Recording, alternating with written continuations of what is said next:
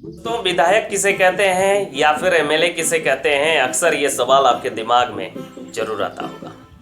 जब भी आप टेलीविजन में राजनीति से जुड़े समाचारों में विधायक के बारे में सुनते होंगे तो आपको बता दें कि यह राजनीति का एक खास हिस्सा है जो अपने क्षेत्र की समस्याओं को विधानसभा में रखता है।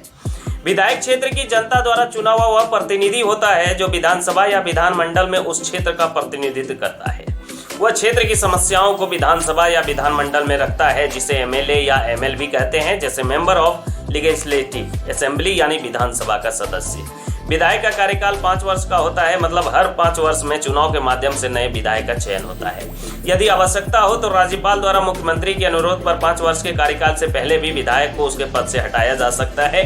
और यदि क्षेत्र में कोई आपातकालीन स्थिति उत्पन्न हो जाती है जिसमें चुनाव करवाना संभव नहीं होता, इसी स्थिति में विधायक के कार्यकाल को महज 6 महीने तक बढ़ाया जा सकता है, जिसके बाद चुनाव की प्रक्रिया करना आवश्यक होता है। विधायक के लिए उम्मीदवारों की संख्या निश्चित नहीं होती। क्षेत्र की कोई भी पार्टी अपना उम्मीदवार खड़ा कर सकती है और यदि कोई नागरिक भी विधायक पद के लिए खड़ा होना चाहे तो वो निर्दलीय रूप से चुनाव में खड़ा हो सकता है। किसी क्षेत्र विधायकों की संख्या उस क्षेत्र पे आकर और उसमें रहने वाली जनसंख्या के आधार पर निश्चित की जाती है। इसके बावजूद भी किसी भी राज्य की विधानसभा में विधायकों की संख्या 500 से अधिक नहीं होती और 60 से कम नहीं होती। जैसे कि हमारे देश की सबसे बड़ी विधानसभा उत्तर प्रदेश में विधानसभा सदस्यों की संख्या कुल 404 है, लेकिन जिन राज्यों में कम आबादी निवासी करती है उस राज्य में विधानसभा के कम सदस्य हो सकते हैं, जैसे कि सिक्किम, जहां मात्र 32 विधानसभा सदस्य हैं। हालांकि विधायक सिर्फ भारत तक ही सीमित नहीं है, क्योंकि हर एक राष्ट्र के लिए ये आवश्यकता होती है।